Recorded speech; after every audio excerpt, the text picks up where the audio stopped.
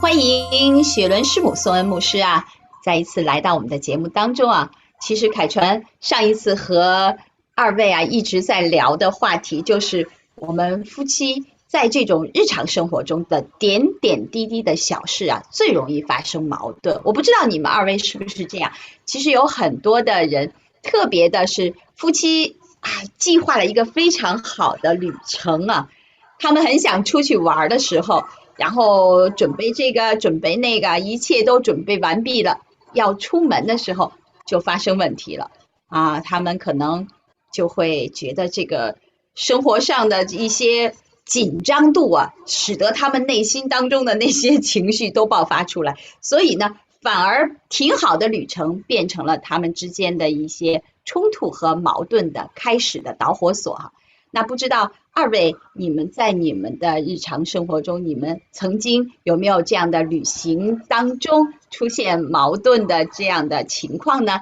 今天我们也来聊一聊，好不好？那我想先请雪伦师母您先来说，好不好？我觉得旅行的期间最容易在很短的时间内发生价值观不同的碰撞，哈，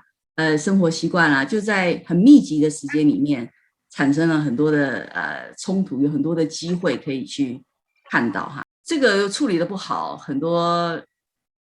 人就是说，哎，我去跟这个朋友旅途了一趟，以后就绝交啊，再不碰面啊，这种事常见，对吧？所以旅行很容易看见一个人的价值观的呈现，我们会遇到很多的情况。我自己的经验哈，在我们的关系当中，我们曾经在婚前有一趟旅行啊，在这个过程当中呢，那你们都知道我这个是喜欢吃冰淇淋的哈，哇，这个大热天对不对？休息一看到哇有卖冰淇淋，我马上就要应该来个2球，对不对哈？可是他那个时候宋恩他就反对哈，那他还有他的考量哈，他觉得因为我们那时候必须要换这个外币嘛，啊换那个外币来使用，那他是负责换这个外币，我手上是没有这个调动的空间哈。你的意思是说你们在国外旅行是这个意对，我们思吗？去国外，哦，家里明白了，明白了，我手上没有美金，他有美金账户，所以这个换钱的事情是交给他的哈。那看到一个这个冰淇淋，我觉得是小事啊，吃个冰淇淋是大事吗？肯定不是，对不对？啊，我就说我要吃，然后他就否决啊，根据这个旅行长度等等，那我就很生气，那一次我就意识到说，哎呀，这个人我不能跟他交往，不能跟他有个结果，我要是嫁给他哈。我这后半辈子都要忍受这种痛苦。问一下，那个时候你们还是在交朋友的时候，也就是说，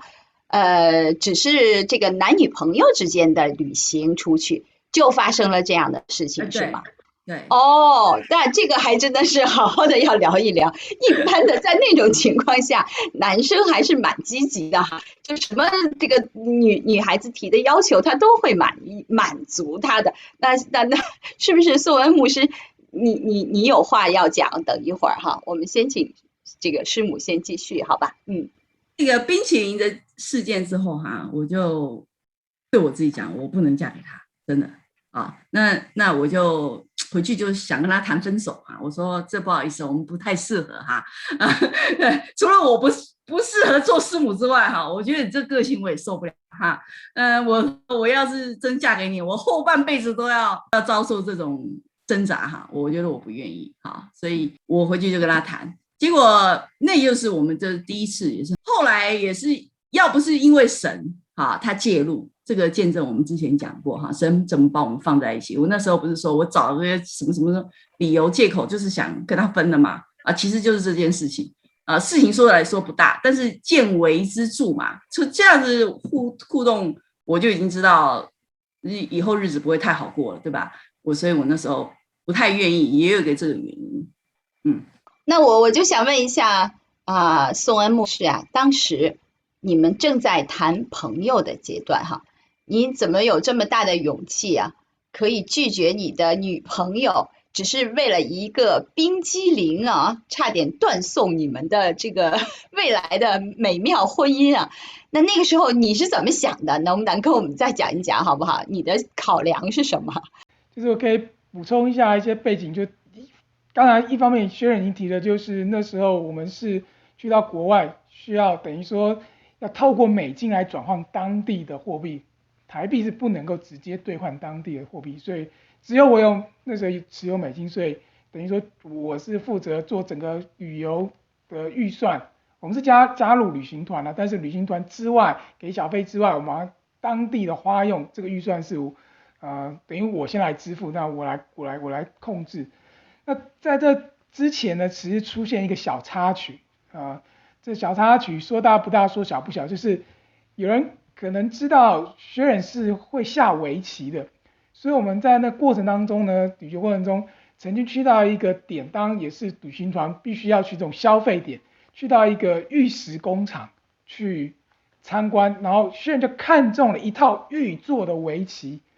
不是只有纸连那装纸那个整个碗、那个容器一整套全部都是玉做的，那价格当然不便宜了，大概那时候都已经大概都已经是可能十几年前的事情，就已经超过$200，所以一下子可是薛仁他真的很喜欢那又不知道会再碰到，那也很有纪念的价值，所以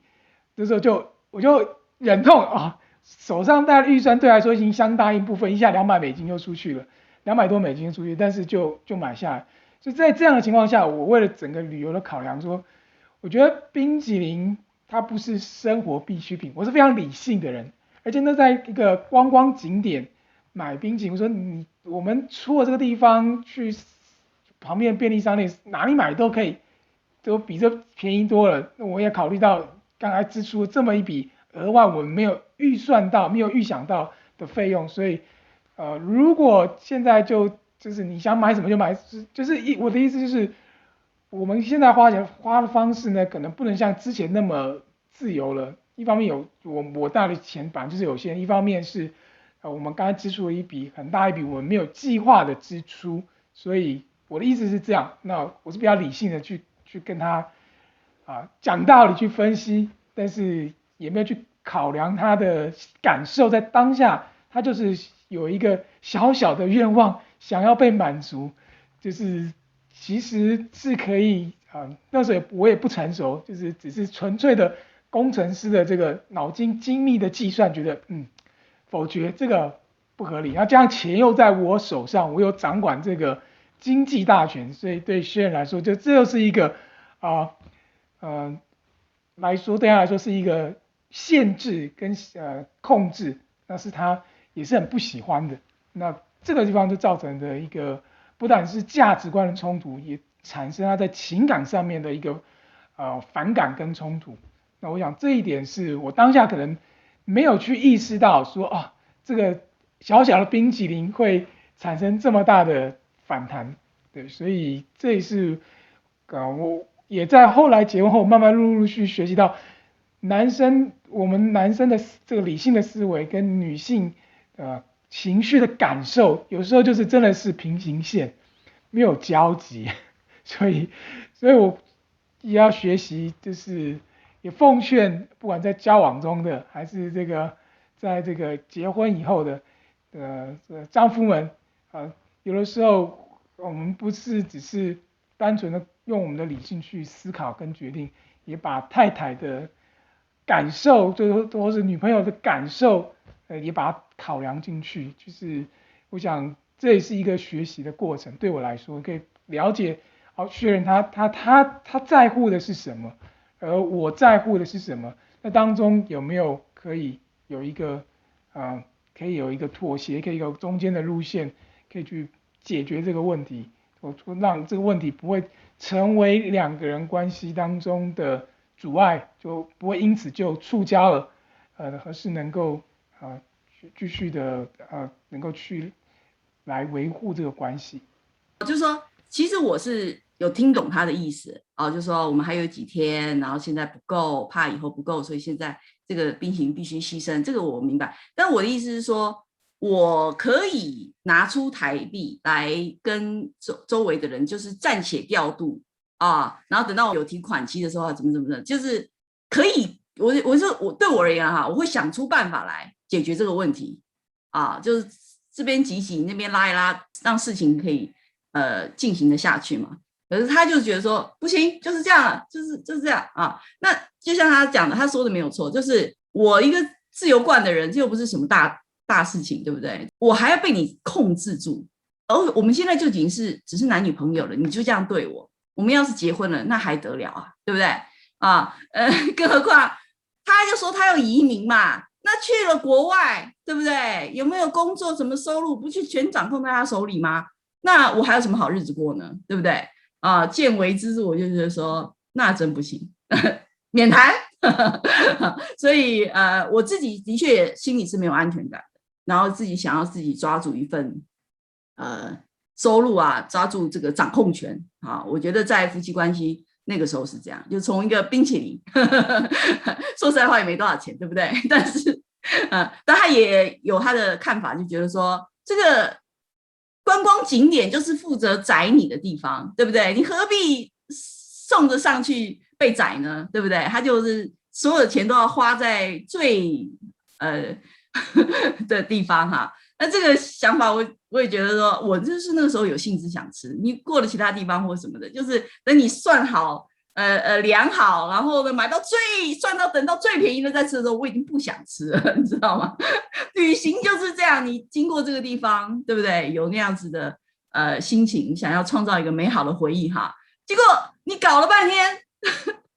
不但没有创造美好回忆，还把我气了个半死，想跟你分手了，对不对？就划得来吗？对不对？所以很多事情就有这个冲突跟挣扎啊，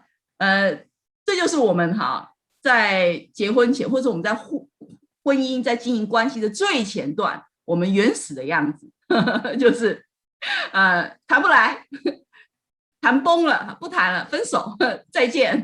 那时候这就是我处理的方法。真的，刚才听到二位讲这个冰激凌的故事啊，觉得其实你们绝对不孤独啊。我就曾听到过好多这样的抱怨哈，其中我记得我的父亲和我的母亲就是这样，我的妈妈就是那个时候就抱怨我的爸爸，说你的爸爸真的是太会算了。这个3分钱的冰棍儿他都不舍得，这个给我买一根。有的时候我说，哎呀，我想吃那个5分钱的，他说5分的多贵啊，还不好吃，3分的好吃，他就给我妈妈买3分的，我妈妈就特别生气。那个时候也是在他们